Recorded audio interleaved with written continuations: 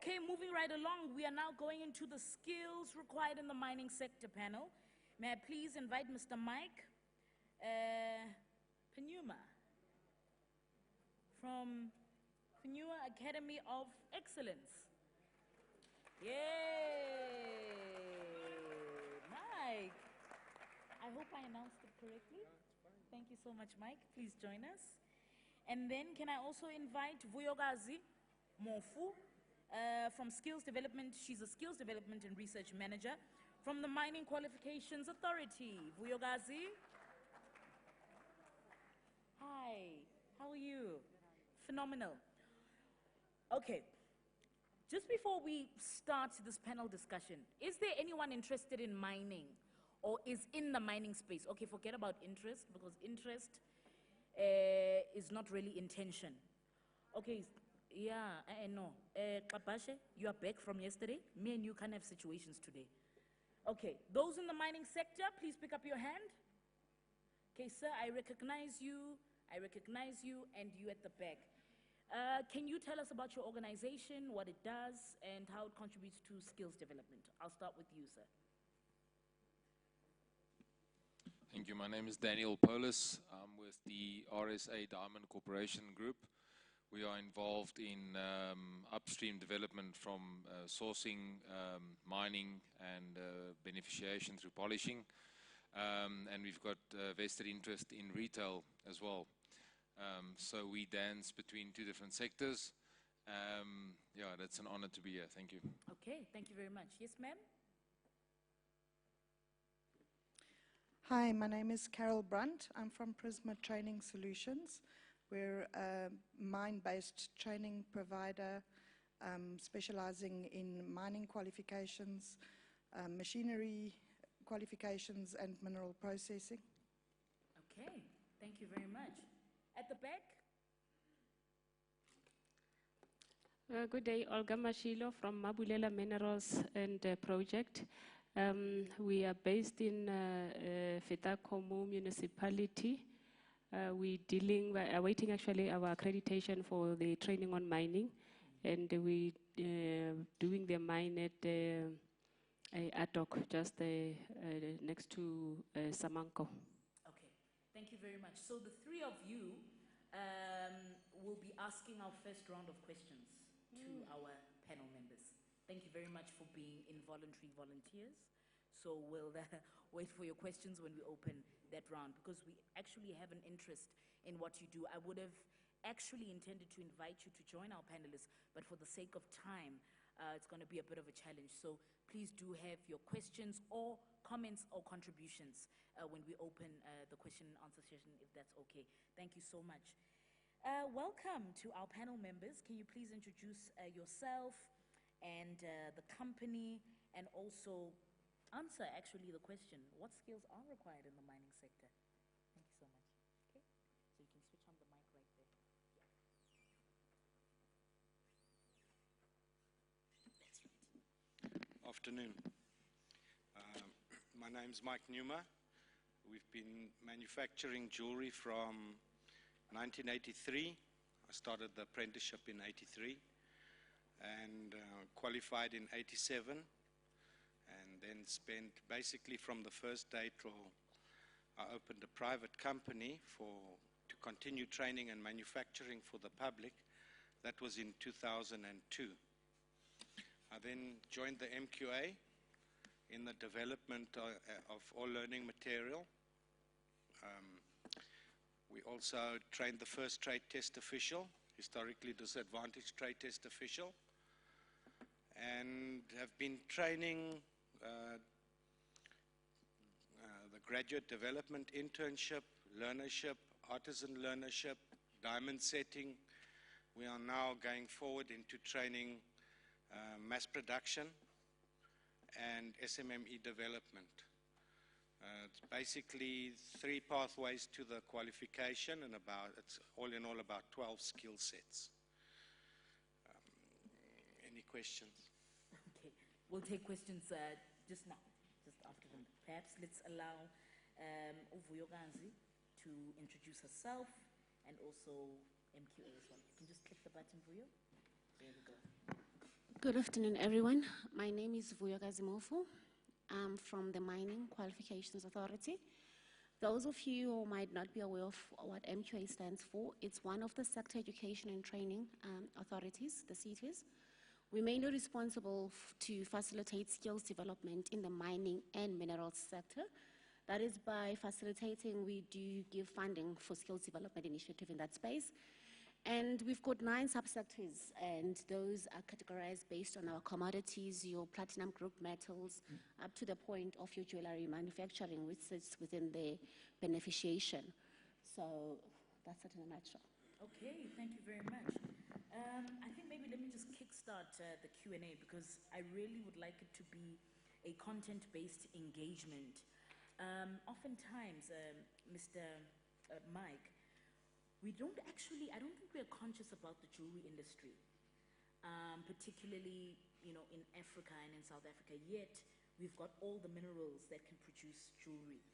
Do you have a segment in the company that looks at developing young entrepreneurs, or perhaps young people within the jewelry industry, or do you absorb them in the company and they work? Have you had entrepreneurs that are also in the jewelry sector that have come to you for aid, for help, for skills development? Yes, we've produced approximately 140 goldsmiths. Wow. We trained our own trainers. They were initially graduates that we took through the internship. We selected the ones that would be best for manufacturing and training. And the others were basically about 90 to 93% of the people we train have gained employment in the industry or higher. There are some that are self-employed, and there's even a couple that have got their own businesses and they're employers. There's some that are retailing as well. So what we're trying to do is to create the full circle of skills required, being the high quality hand manufacturing jeweler, as well as the mass production sector now. We've added all the equipment necessary to become competitive with the leading manufacturers of product that we're currently bringing into the country. Unfortunately, 80% of what is sold in the shops is imported. And we've proven that with effective training, with basically a 90 to 93% success rate. Now due to the rand-dollar exchange rate, basically up to 2015, we couldn't compete with mass production. But if you look at China, for instance, we need to look at how they created a miracle in 40 years. From a struggling infrastructure to a world power now. And they did it all through mass production, manufacturing, export. So for us to develop our industry properly, a lot of it will come from the sales of product overseas. If we don't sell overseas, we're going to be cutting our industry into smaller and smaller pieces until there isn't enough to go around for everyone. Now with high tech and proper training, we can basically start to go into the 4th industrial revolution. And I think that mass production, pricing and quality is going to be our solution. Considering we've got all the material, it's ridiculous that we're sending it all out and buying it all back in as product when we can train people properly. The only problem has been the level of training. I have no issue with lots of people being trained. The problem has been the level of training.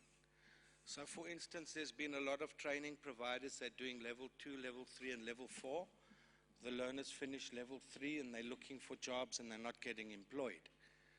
Now when we started with the MQA, the initial intention is to have different pathways to the same outcome.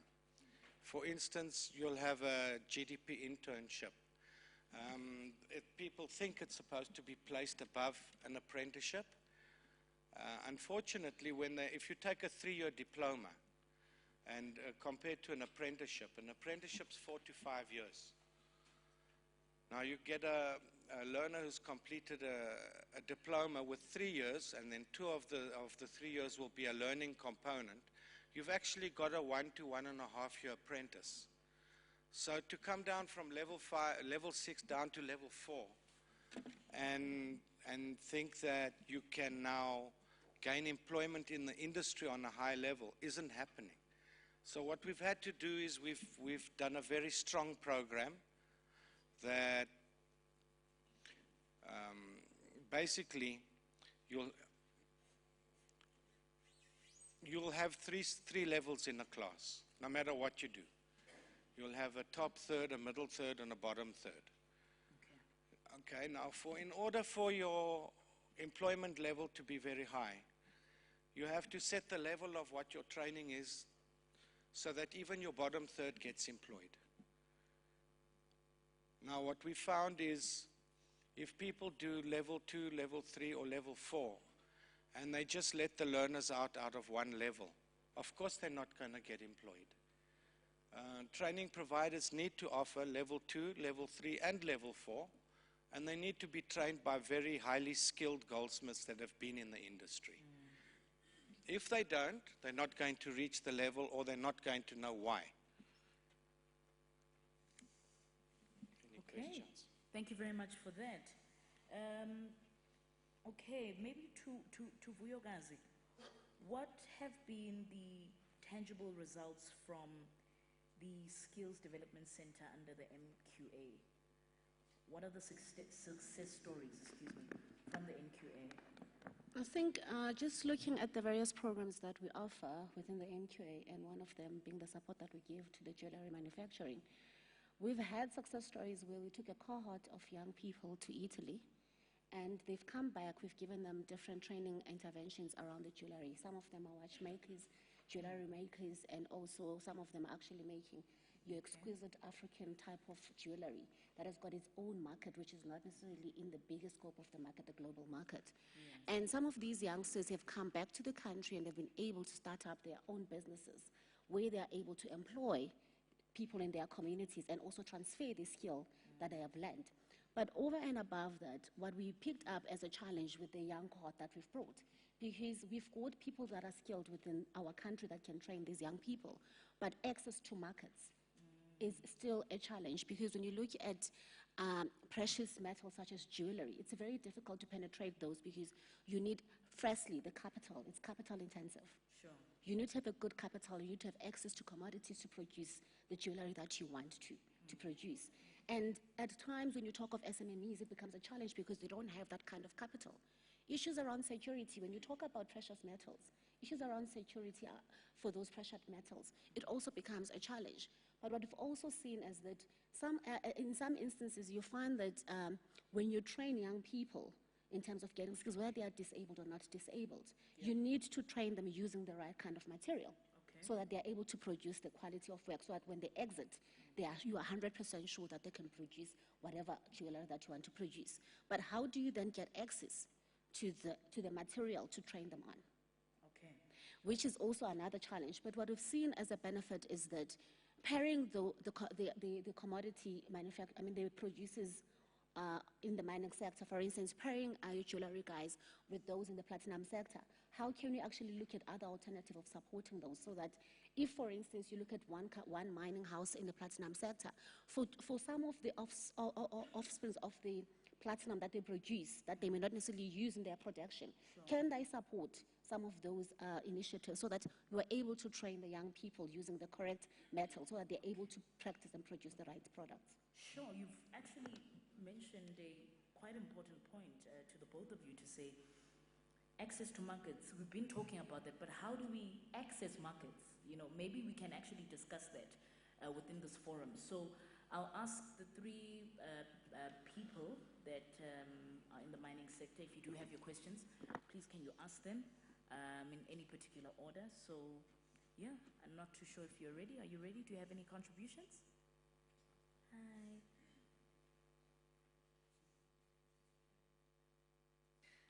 I have a question for Vuyokazi. Hi, Vuyokazi.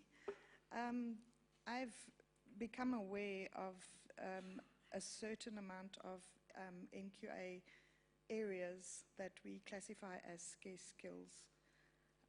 Mineral processing being one of the scarce skills. Through my work and discussions with various mine houses in the mineral processing field, I find that there are so many graduates who are not finding placement to do their P1 and P2 experiential training. In the past, the NQA used to offer a grant in order for these people to complete their programs so that they are more employable. Is there any reason why, are there any incentives that the NQA offers for employers or training providers to assist these young learners to go in and complete the experiential training and find employment? Okay, great. Let's take all the questions. Do you have a question? Sure. I'll raise this question to the panel, specifically with regards to the mining sector first. We find that many individual, unskilled, uneducated fellow citizens of our country often become poor because of legitimacy. Now, let me explain myself. We find on a daily basis an excess between 30 to 50 different individuals that approaches us to sell some form of rough mineral. When we engage these individuals, we find that they have no understanding of the rules and legalities and legislation around our minerals. We do find that when we do try and steer these individuals to the regulator, that they often end up at a dead end, although their motive and intentions are very pure and very noble. And I do believe that we do have the ability to change the lives of many individuals in our country by re-looking at certain legislation, particularly pertaining to the mining charter. That is my first question or first statement. Second is, I have a question as to understand how does the jewelry and diamond manufacturing sector fit under the mining charter? I do not see the connection. Mining and manufacturing are, although they work vertically, they're vertically integrated, they are completely two disconnected industries that work on completely different rules and scales of economy. Okay. Shall I continue or shall I stop? Is it your last, is it? Sorry? I've got 7 more points, but we'll leave it there. Oh, no. 7 is just depressing. The high blood will just go high. Okay, so I see you at the back and I see you, sir. And then what we'll do, we'll then answer the questions. And that will be the final remarks from our panelists. Yes, ma'am. Please switch on your mic. Okay. My question to the diamond gentleman is with regard to the DBS certificate. Why is it that the people, I'm going to give an example of the people in the Northern Cape who were given permits to be able to mine the diamonds within their areas, but they are unable to sell them. Now it's all because of the DBS certificate that they must have, and it's expensive for them to get that certificate. And also the other question from my side, with regard to the to you, Vuyo, actually, the question to you. Just hold on, ma'am. Sorry. Did you hear that, Mr. Pinyu, the question? Not properly, no. Okay. Can you repeat the first question? Because I also struggle to hear you, but So don't okay. speak directly in the mic. Okay.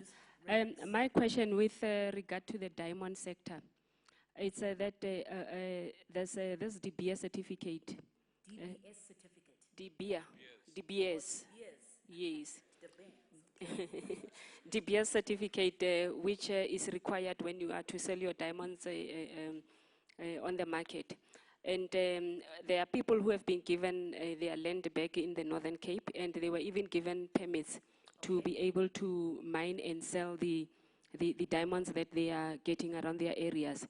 But with regard to this certificate, since it is difficult for one to achieve or to get it, what is it that they can do? How can they help people in the diamond sector who have diamond but are unable to sell them? Now they have to go and sell at a lesser price than what was expected.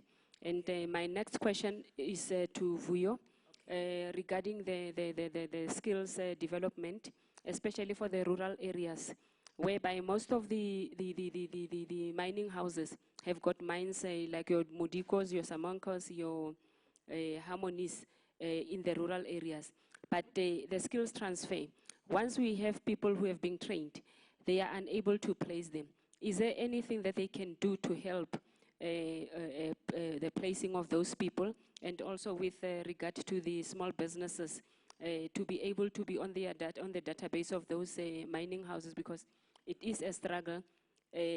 Always people from Gauteng are the ones that get the opportunities within those mining houses. Okay. Thank you so much for that, Sisi. Last question right here at the back. Yes, sir.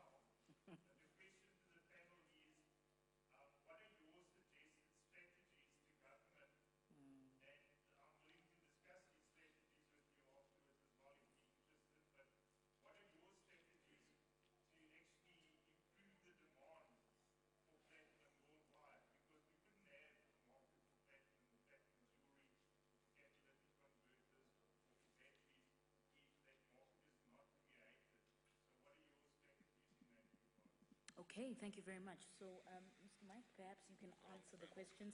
Please include your final remarks in that. Thank you.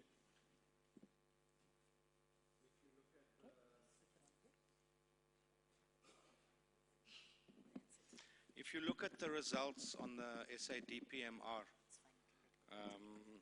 register, you'll find it's approximately 50 kilos of platinum being used for jewelry.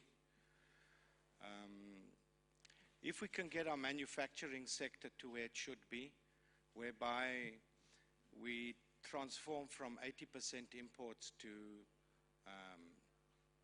80% local manufacture, for instance, and we start to develop markets in the US and Europe, we can take the platinum levels far higher. The only way we're going to develop that correctly is if we use the same or employ the same methods that China did with their manufacturers. I seem to find a similarity in how they put their import levels very high, and they also subsidized the manufacturers that were exporting. So it almost seems as if they took the import duties and they offered it straight over to manufacturers. I may be wrong, but that's what I'm kind of feeling from this. So if we lift our import duties on imported goods that we should or could make here, and we take that funding and we put it to the, say that the bigger manufacturers that are mass producing here, and incentivize them to export, we'll create more platinum sale overseas.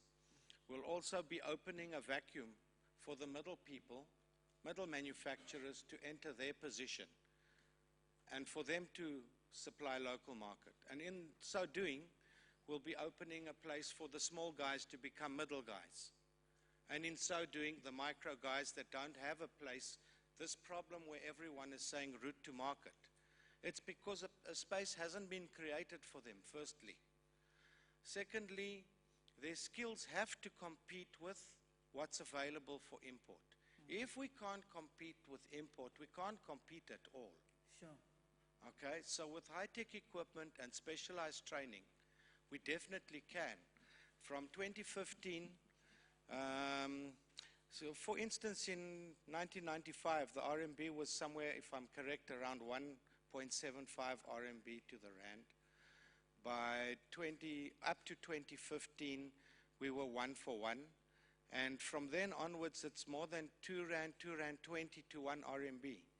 So now if you look at that difference, you'll see that where they were half price, just the exchange rate has created a level playing field. Yeah. For us to enter the international playing field, we need the government to assist us.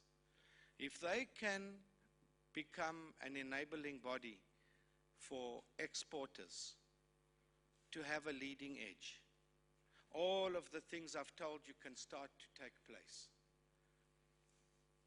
Okay, thank you so much for that. Vuyokazi? Thank you. I'll start with the first question. I think that related to P1 and P2. The MQA still funds P1 and P2, the workplace integrated learning.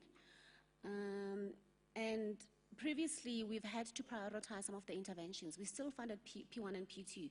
We may not have in that financial year prioritized mineral processing, but on annual basis, as the demand changes within our sector, that's how we prioritize the funding. But P1 and P2 is still funded via the MQA. I think the second question was related to the mining charter and the fact that it's silent on the regulation of the jewelry and diamond processing. I think the mining charter is also related to the MPRDA, and the MPRDA itself is very silent on regulation around the jewelry and the diamond processing. Hence, you're seeing that the mining charter is not enforcing such similar regulations on the commodities like platinum, coal, and so on. So I guess my suggestion would be, let's go back, if we want to actually go and talk about regulating those kind of sectors, perhaps what we need to go back to is the MPRDA, because the mining charter is a subsection of that. I think the other question was relating to that, the rural areas and mine houses in terms of the skills transfer. I think within your social labor plans of each mine that's got a license, there is a requirement that they should train people within the local communities. And there's also a requirement that says that when you look for labor, the first place that you need to look in is the area around your mining town. So skills transfer becomes very critical. I guess the question is about, are the mining houses actually developing a pool that they can tap into within the communities that they are within? And if such things are happening, the SLP is there to actually enforce those things. So I will urge you that where there are such instances, please engage the mining houses and also engage your Department of Mineral and Resources, because there is actually audits that happen to ensure that that happens within those mining houses. I think the last question was relating to the DBS certificate to sell diamonds. I think the selling of diamonds and the market is regulated. You need to have a paper for you to be a seller of diamonds. So that part, I would think that is regulated by the state. I don't see it being regulated by one mining house. So I would then again say, let's engage so that I can get deeper to understand deeper the question as to what could be the issues relating to that specific case. Okay. But it shouldn't happen like that. Okay. Thank you so much. Can we please give it up for our panel members, Mr. Mike Penyuma and Vuyokazi Mofu. I know there are people that have questions. I noted 2 hands. Please, can you see them? Unfortunately, we have run out of time. We need to be done by 4, and we left with 2 panel discussions. So please don't think I'm horrible. I just got a message from the bosses, and you know when the bosses talk, the bosses have spoken. So thank you very much. There are 2 people that need to connect with you, but I do hope that for future references, we can still get in touch.